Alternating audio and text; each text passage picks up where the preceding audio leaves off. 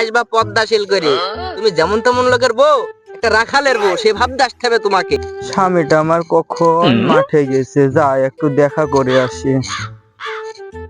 সকাল বেলায় গেছে আমার স্বামীটা, যাই একটু খোঁজ নিয়ে দেখি ধিমি কি করতেছে।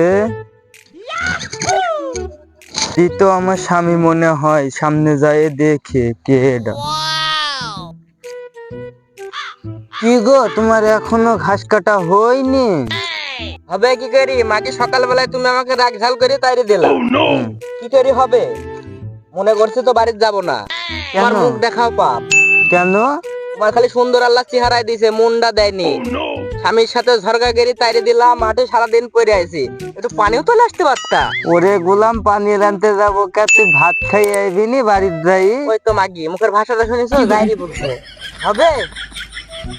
মাঠে ঘাটে যদি তুমি ব্যবহার আসার আমার সাথে এরকম করো, তাহলে বাড়িতে একা পায় আমাকে কি না করো। তুমি আমার লাই আমার সাথে মাঠে আসছো ঠিক আছে, তুমি যে কত চরিত্রহীন নারী আমি কি জানি নে। তুমি মাঠে আসছো মুখ খুলি, তুমি আসবা পদ্মাশীল করে, তুমি যেমন তেমন লোকের বউ, একটা রাখালের বউ, সে ভাবতে আসতে হবে তোমার। ওরে যাইরি সুদা, মনে হচ্ছে তুমি এ দিয়ে চাকরি করো, তার বউ রাখালের বউ আবার ভাব দেখো না। তুই কথা বলিস কিন্তু, তুই বাড়িতে যা, তোর কথা শুনে আমার কোনো শরীর জ্বলছে। ওরে গোলাম, তোর তো শরীর জ্বলবে, তুই যে নিকি করে বসে আছিস। আমার তো রাগ আর সহ্য করা গেল না গো, মাগির কথা শুনিছো।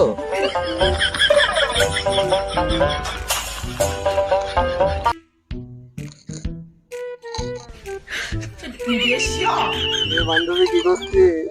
এটা গোলামের কাছে বসে আছে। তাই তো কই, সকাল থেকে 5টা পর্যন্ত টাইম চলে গেল, তুমি আসার টাইম পেলাম, নাং সাথে করে এনেছো।